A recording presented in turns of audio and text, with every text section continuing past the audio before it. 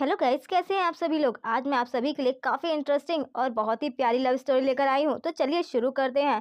Movie की starting में हम अपनी कहानी की फीमेल लीड रूही को देखते हैं, जिन्हें कुछ सैनिकों ने पकड़ा हुआ था कि तभी उसकी स्टेप सिस्टर वांग वहां पर आ जाती है और उसने रूही के सभी गार्ड्स और लोगों को मार दिया था। और अब वो रूही को भी जान से मारना चाहती थी, क्योंकि किंग उसके साथ शादी नहीं करना चाहता था और वो किंग के साथ शादी करने के लिए रूही को मारकर अपने रास्ते से हटाना चाहती थी और वो उसको मार पाती कि तभी वो एक यूएफओ को देखती है, जिसे देखकर वो काफी ज्यादा घबरा जाती है, क्योंकि आज तक उसने ऐसी अजीब सी चीज हवा में उड़ने वाली कभी नहीं देखी थी। लेकिन साथ में जाने के साथ साथ ही वो रूही को इतना ज्यादा हट करके गई थी कि रूही वहीं पर बेहोश होने की कगार पर आ जाती है कि तभी उस यूएफओ से हूबहू रूही की तरह दिखने वाली एक लड़की बाहर निकलती है, जो बिल्कुल उसी की तरह ही दिखती थी। रूही उस लड़की को देखकर हैरान थी, लेकिन वो कुछ कह पाती कि तभी वो लड़की अपने बारे में बताती है कि वो दूसरे ग्रह से गलती से यहाँ पर आ गई है और उसके लोग भी उसे छोड़कर यहाँ से चले गए हैं।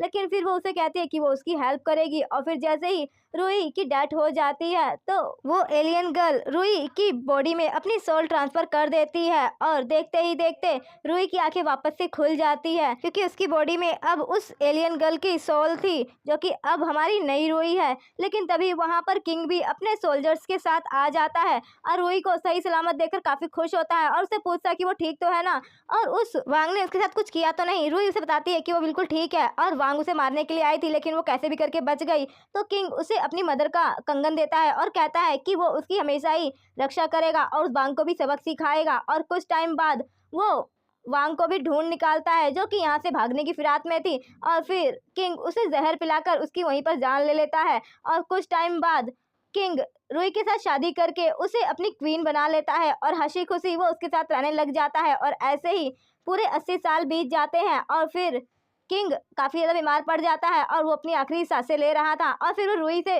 कहता है कि वो अभी भी पहले की तरह ही जवान और खूबसूरत है, तो वो किसी और के साथ शादी करके अपनी लाइफ सेटल कर सकती है। लेकिन रूही उसे कहती है कि नहीं, वो उससे प्यार करती है और वो उसी के साथ ही रहना चाहती है, चाहे उसके लिए उसे किसी भी टाइम में क्यों ना जाना पड़े। और वहीं किंग भी अपनी आखिरी सांसें लेते हुए रूही से सॉरी करता है कि वो अपना प्रॉमिस उसे नहीं निभा पाया और वो उसे बीच रास्ते में ही छोड़कर जा रहा है। और ऐसे ही वो अपनी आंखें बंद कर लेता है। और इसी के साथ हमें 200 साल आगे का सीन दिखाया जाता है, जहाँ पर हमें सिया नाम की एक लड़की को दिखाया जाता है, जो कि अपने हाथ में एक डायरी ले रखी थी और वो वहाँ पर सुसाइड करने के लिए आई थी उस बड़ी सी बिल्डिंग में। कि तभी हमें वहाँ पर रूही को भी दिखाया जाता है, जो कि सेम उसी की तरह ही डायरी लेकर वहाँ पर खड़ी थी और वो उस लड़की को देखती है, जो कि अभी सुसाइड करने के लिए उस बिल्डिंग में खड़ी थी। और फिर वो उस बिल्डिंग में जाने लगती है उस लड़की के पास, जो कि अभी सुसाइड करने के लिए बस कूदने ही वाली थी। कि तभी वो सामने से जाकर पूछती है कि क्या तुम यहाँ से कूदकर मरने वाली हो। और फिर वो चुटकी बजाते हुए सीधे रूही से अब सीधे सिया की जगह ले लेती है और वो उसके हस्बैंड से मिलती है,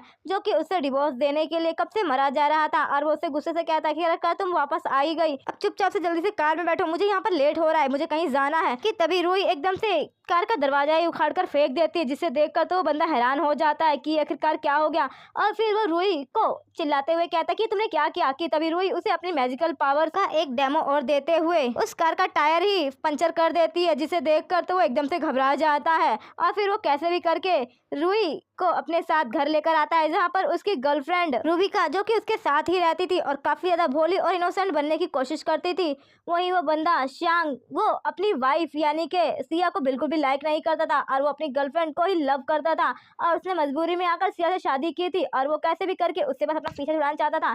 कि तभी हमें रूबिका की असली सच्चाई पता चलती है कि वो कितनी घटिया और बदतमीज औरत थी। वो हमेशा ही सिया को परेशान करती थी और उसे परेशान करने के सारे बहाने ढूंढती थी और हमेशा ही परेशान करने के बाद वो सारे इल्जाम वो खुद ही सिया पर लगा देती थी कि वो उसे परेशान करती है, क्योंकि वो उसके हस्बैंड की गर्लफ्रेंड है और हमेशा ही वो सिया को फंसा दिया करती थी। इसीलिए सिया वहां पर सुसाइड करने के लिए गई थी अपने हस्बैंड के टॉर्चर की वजह से। लेकिन अब उसका हस्बैंड उसे डिवोर्स देने के लिए यहाँ पर अपने साथ लेकर आया था, ताकि जल्द से जल्द उसका डिवोर्स हो जाए, उसके बाद वो रूबिका के साथ मजे से शादी कर सके। और वो डिवोर्स पेपर साइन करने के लिए सिया को देता है और सोचता है कि सिया अब उसके सामने गिड़गिड़ाएगी और रोएगी कि वो उसे डिवोर्स ना दे। लेकिन सिया भी कहाँ कम थी, अब तो उसकी बॉडी में रूही की आत्मा थी, इसीलिए वो आराम से बिना किसी प्रॉब्लम के उसे डिवोर्स देने के लिए मान जाती है, लेकिन वो बदले में कुछ अमाउंट मांगती है कि उसने उसके साथ इतने साल बिताए हैं तो कुछ ना कुछ तो उसे अमाउंट चाहिए चाहिए। लेकिन उसका हस्बैंड कहता है कि सच में तुम बहुत ज़्यादा लालची बन रही हो, लेकिन मैं तुम्हें अब कुछ पैसे दे ही सकता हूँ। आखिरकार तुमने जो नौकरों की तरह मेरी इतनी सेवा की है पिछले 5 सालों से। वही रूही को भी किंग के सिग्नल मिलने लग जाते हैं और उसे पता चल जाता है कि किंग भी उसके आसपास ही कहीं है, जिससे वो काफी ज्यादा खुश होने लग जाती है।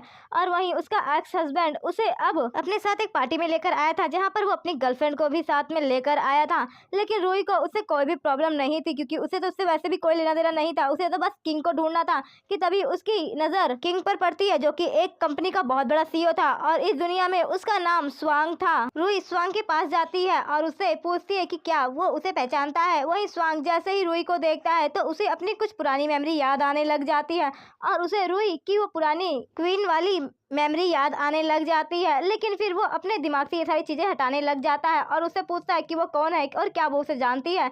वहीं रूही उससे कुछ बात कर पाती कि तभी वहां पर स्वांग का असिस्टेंट आ जाता है और वो उसे पार्टी के अंदर चलने के लिए कहता है, जिससे रूही बस वहीं रह जाती है कि तभी वहां पर उसका एक्स हस्बैंड स्वांग आ जाता है और वो उसे कहता है कि तुम यहाँ पर क्या कर रही थी, चलो पार्टी के अंदर, और उसे सुनाने लग जाता है। लेकिन रूही उसे पूरी तरह से फुल इग्नोर करके पार्टी के अंदर आ जाती है, जहाँ पर रूबी का पहले ही वहां पर खड़ी थी और वहां पर एक लड़की परफॉर्मेंस कर रही थी कि तभी रूबी का उसे सुनाते हुए कहती है कि तुम्हें यहाँ पर पार्टी में लाकर ही सियांग ने अपनी बेइज्जती करा ली है, बल्कि तुम्हें तो यहाँ के तौर तरीके भी नहीं पता है, बस यहाँ पर तुम मुंह उठाकर आ गई हो ऐसी अजीबो गरीब ड्रेस पहनकर। तो रूबी उसे जवाब नहीं देती, बल्कि वहां से चली जाती है और एक काफी ज्यादा खूबसूरत ड्रेस पहनकर अपने चेहरे पे मास्क लगाकर वो परफॉर्मेंस करने के लिए स्टेज पर आ जाती है और सभी के सामने एक काफी अच्छी परफॉर्मेंस देती है, जिसे देखकर तो सभी लोग काफी ज्यादा खुश हो जाते हैं और सभी लोग उसे चेयर करने लग जाते हैं और साथ ही ताली बजाने लग जाते हैं कि तभी स्वांग जो रूही को डांस करते हुए देखता है तो उसे बार बार वही पुरानी लड़की की मेमोरी याद आने लगती है कि तभी रूही जानबूझकर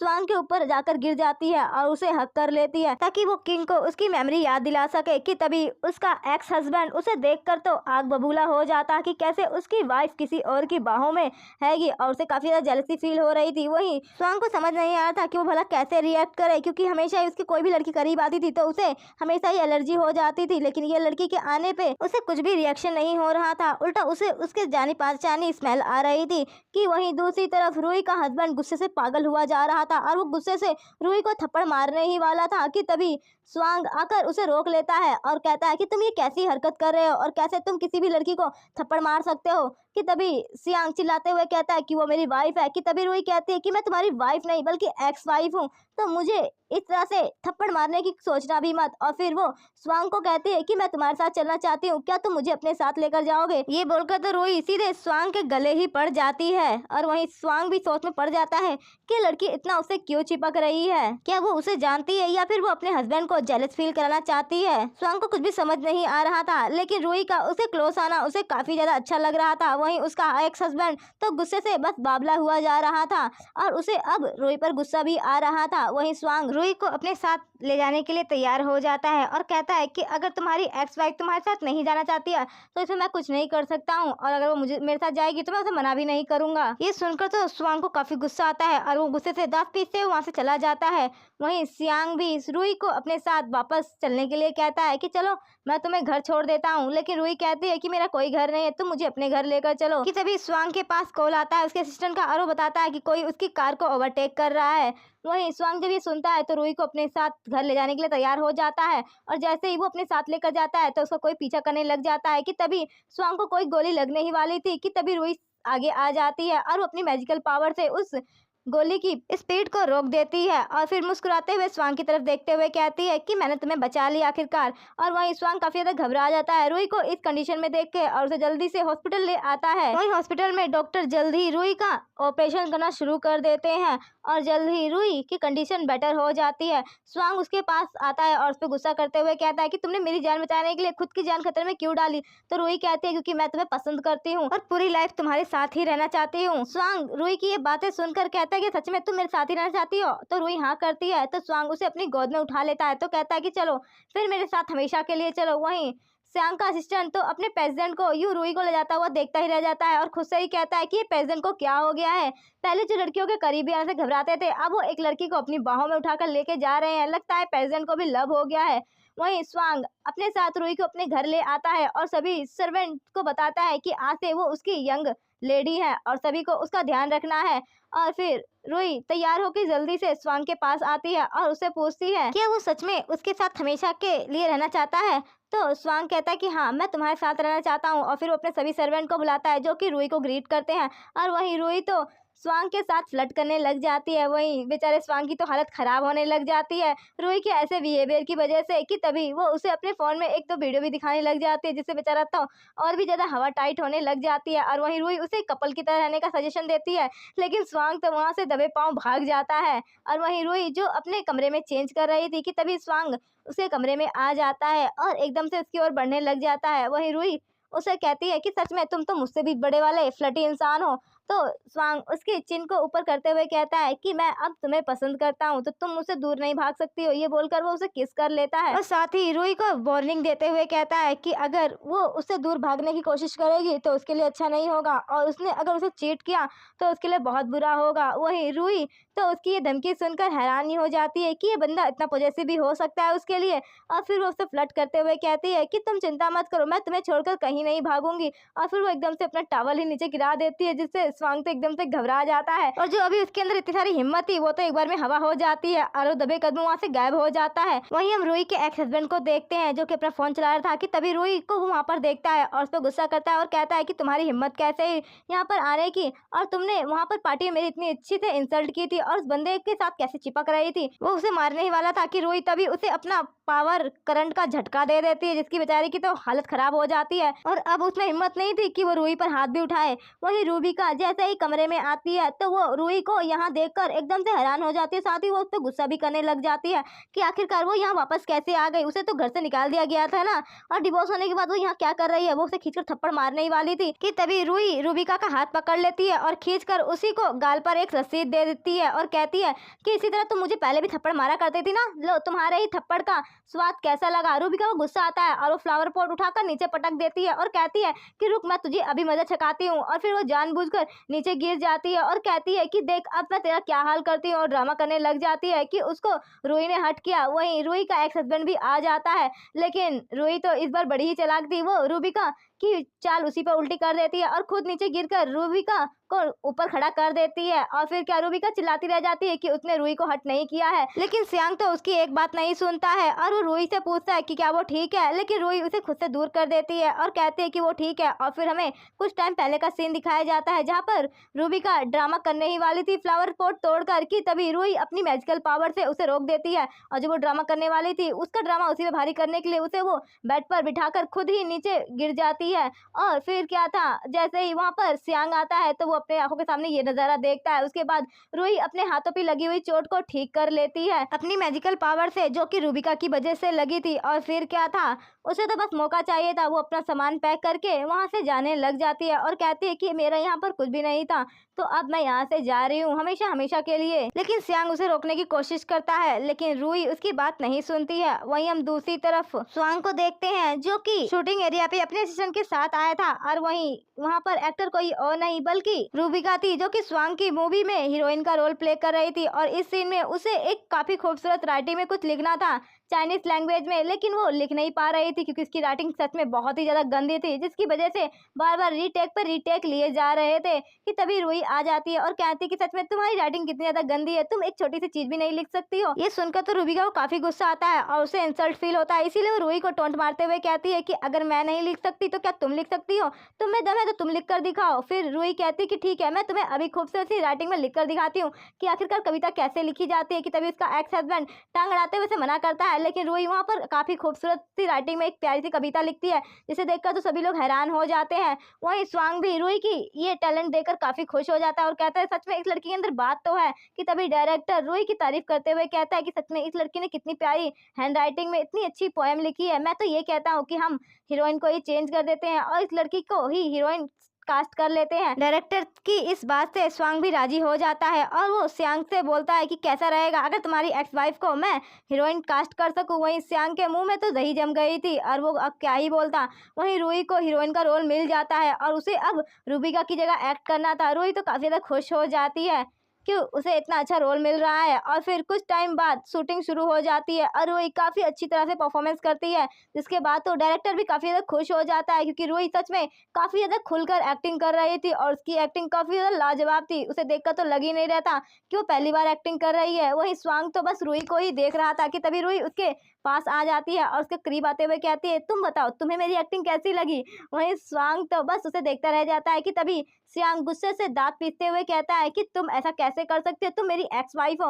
लेकिन तभी रूही एकदम से स्वांग की गोद में बैठ जाती है और कहती है कि मैं तुम्हारी एक्स वाइफ हूँ, करंट वाइफ नहीं, तो यहाँ से दफा हो जाओ। जिसके बाद तो रूबिका भी रूही को सुनाने लग जाती है कि तुम सच में कितनी घटिया लड़की हो, तुम्हारी डिवोर्स को 2 दिन भी नहीं हुए और तुम किसी और के साथ फ्लर्ट कर रही हो, सच में तुम घटिया हो। और फिर क्या, वो कहती है कि तुम मुझसे अच्छा म्यूजिक प्ले नहीं कर सकती हो, तुम्हें बस एक लिखने का ही तो टैलेंट है और कोई टैलेंट नहीं है। और फिर उसे म्यूजिक कंपटीशन के लिए चैलेंज करती है। वहीं रूही भी उसके इस चैलेंज को एक्सेप्ट कर लेती है।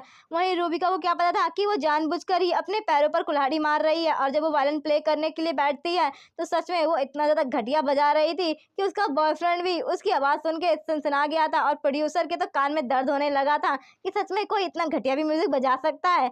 सच में यार बड़ा ही गंदा बजाया था इस लड़की ने। वहीं स्वांग भी कहता है, ये तो लड़की खुद की बेइज्जती खुद से ही कर रही है, इसे म्यूजिक कहते हैं। कि तभी अब रूही की बारी आती है और रूही भी वायलिन प्ले करने लग जाती है, और सच में वो इतना ज़्यादा प्यारा बजाती है कि सभी के कान में जैसे मानो मिश्री घुल रही थी। सभी लोग काफ़ी ज़्यादा खुश हो जाते हैं। वहीं डायरेक्टर तो रूही की तारीफ करने लग जाता है कि सच में ये लड़की कितनी ज़्यादा टैलेंटेड है।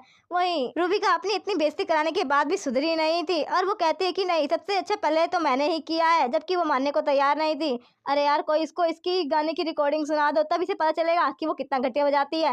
लेकिन सब क्या कर सकते हैं, वो उसकी बेइज्जती भी इतनी मुंह पर नहीं कर सकते थे, नहीं तो उसकी बेइज्जती करने के बाद उसका मुंह बिल्कुल सड़े हुए टमाटर की तरह हो जाएगा। वहीं रूही तो कहती है कि शायद तुम्हें म्यूजिक का मतलब ही नहीं पता है कि म्यूजिक बजता कैसे है, जाकर पहले क्लास लेकर आओ म्यूजिक की, उसके बाद बताना। वैसे क्लास लेने के बाद भी तुम्हारे म्यूजिक में ज़्यादा कुछ इम्प्रूव नहीं होगा। वहीं रूबिका को तो काफ़ी गुस्सा आता है और वो अपने बॉयफ्रेंड के साथ गुस्से से दांत पीसते वो वहाँ से चली जाती है कि कुछ ही देर में वो यहाँ पर उसकी भर भर कर बेइज्जती तो हो गई थी, और वो गुस्से से अब कहती है कि रूही, मैं तुम्हें छोड़ूंगी नहीं, तुम्हारा तो मैं अच्छा खासा गेम बजा कर रहूंगी, उसके बाद देखती हूँ कि कैसे तुम अपनी शक्ल दिखाती हो लोगों को। और फिर वो अपनी हेयर स्टाइल के साथ वहाँ पर एक प्लानिंग करने लग जाती है कि कैसे वो रूही को सबक सिखाएगी, और गुस्से से पागल हुई जा रही थी। वहीं रूबिका तैयार होकर शूटिंग एरिया पर आती है, जहां पर रूही पहले से ही तैयार बैठी थी एक एप्पल लेकर, क्योंकि रूही को इस मूवी में सेकंड फीमेल लीड का रोल मिला हुआ था, और रूबिका इस बार उसे तीर से हिट करने वाली थी। कि तभी वो जानबूझकर, सब देखती है सब लोग अपने काम में बिजी है, तो वो तलवार से रूही को अटैक करने ही वाली थी। कि तभी रूही अपनी मैजिकल पावर से रूबिका को रोक देती है और उससे हाथ से तलवार छीनकर वहां से लेकर डायरेक्टर के पास आ जाती है। और वहीं रूबिका तो बस खड़े खड़े देखती रह जाती है कि उसे आखिरकार क्या हो गया था और उसने रूही को हिट क्यों नहीं किया। उसका प्लान चौपट हो गया था, और वो फिर हेयर स्टाइल पर आकर गुस्सा करने लग जाती है, और फिर वो रूही के पानी में कुछ मिला देती है, जिसे रूही पीने के बाद उसके सर में दर्द होने लगता है। वहीं हम स्वांग को देखते हैं जो वहां से जा रहा था। वहीं दूसरी तरफ रूही के सर में अब दर्द होने लगा था, और उसे समझ में नहीं आ रहा था कि उसे हो क्या रहा है। उसे काफी ज्यादा गर्मी लग रही थी। वो वॉशरूम में आकर अपना फेस धोने लग जाती है, और उसे काफी अजीब फील हो रहा था। कि तभी वहां पर स्वांग आ जाता है और वो रूही की केयर करने लगता है, और उससे पूछता है कि वो ठीक तो है ना। और फिर तभी वहां पर सियांग भी आ जाता है और देखता है कि स्वांग उसे अपना जैकेट दे रहा है, और फिर क्या था, वो गुस्से से उसका जैकेट छीन कर खुद का जैकेट रूही को पहनाने लगता है, लेकिन रूही उसका जैकेट फेंक देती है। कि तभी वहां पर रूबिका आ जाती है और अपनी चोट सियांग को दिखाते हुए कहती है कि देखो, मुझे चोट लगी है, और इसका कारण कोई और नहीं बल्कि रूबिका। रूही को बताती है कि उसने उसे हर्ट किया है। वहीं रूही खींचकर एक थप्पड़ रूबिका को लगा देती है और कहती है, कितना तुम ड्रामा करोगी, मैंने तुम्हें बिल्कुल भी हर्ट नहीं किया है। वहीं गुस्से से सियांग तो रूही को ही थप्पड़ मारने वाला था कि तुम्हारी हिम्मत कैसे हुई मेरी रूबिका को हाथ लगाने की। कि तभी स्वांग भी ये सब तमाशा देखकर समझ जाता है कि सच में रूही का एक्स हस्बैंड कितना कमीना है, इसीलिए वो उसका हाथ पकड़ लेता है और उसे कहता है कि सच में तुम कितने घटिया इंसान हो। एक तरफ तुम रूही की फिक्र करते हो और दूसरी तरफ तुम अपनी एक्स गर्लफ्रेंड के लिए उसे हट करते हो। और फिर वो रूही को अपनी गोद में लेकर वहां से चला जाता है। वहीं हम बाहर शूटिंग का सीन देखते हैं, जहां पर अभी भी शूटिंग चल रही थी। कि तभी रूबिका वहां पर सियांग के साथ आ जाती है, और वो काफी ज्यादा नखरे दिखा रही थी। कि तभी डायरेक्टर उसे बताता है कि उसे मूवी से निकाल दिया गया है,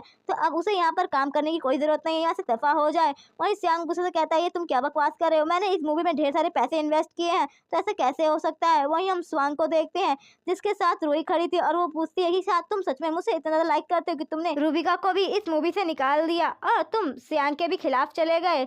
वहीं स्वांग कहता है कि मैं तुम्हें बता नहीं सकता कि मैं तुम्हें कितना लाइक करता हूँ, और फिर वो उसे खुद के करीब खींच लेता है और कहता है कि अब से तुम मेरी हो। और फिर वो दोनों ही काफ़ी ज़्यादा अच्छे से एंजॉय करने लग जाते हैं और काफ़ी ज़्यादा ड्रिंक करने लग जाते हैं। वहीं रूही तो अपनी मैजिकल पावर से अपनी खाली दारू की बोतल को भर देती है। वहीं स्वांग तो उसकी खाली बोतल को देखकर हैरान हो जाता है। वहीं रूही तो पीकर इतनी ज़्यादा टल्ली हो गई थी कि वो तो स्वांग की गोद में ही आकर गिर जाती है, और वहीं स्वांग उसे पकड़ लेता है कि तभी रूही उसे किस कर लेती है। और फिर हमें वही पुराना सीन दिखाया जाता है जहाँ पर ऐसे ही किंग और रूही एक दूसरे को किस कर रहे थे। वहीं स्वांग को भी अपनी सारी पुरानी मेमोरी याद आ जाती है और वो उससे पूछता है कि क्या ये जो चीजें मैंने देखी वो सच है, क्या तुम ही मेरी क्वीन हो, मेरी रूही हो। वही रूही भी उसे बता देती है कि हाँ ये सच है। और फिर क्या था, वो अपने एक्स हस्बैंड से डिवोर्स सर्टिफिकेट भी ले लेती है। और वहीं सियांग को लगता है कि रूही उससे शायद माफी मांगेगी और उसके पास आना चाहेगी, लेकिन रूही तो उसे पूरी तरह से इग्नोर करके जा चुकी थी। इससे उसे काफी गुस्सा भी आता है। वहीं रूही तो अब पूरी तरह से आजाद थी और अब वो स्वांग के साथ एक काफी अच्छी लाइफ जीने वाली थी, इसीलिए वो काफी ज्यादा खुश नजर आ रही थी। और ऐसे ही 2 साल बीत जाते हैं और 2 साल बाद रूही काफी ज्यादा पॉपुलर हो चुकी थी और काफी फेमस हीरोइन बन चुकी थी। वहीं रूबिका अपने फोन में ये न्यूज देख रही थी, उसे काफी गुस्सा आ रहा था कि रूही इतनी ज्यादा फेमस हो गई है और उसके पास तो कोई काम ही नहीं है।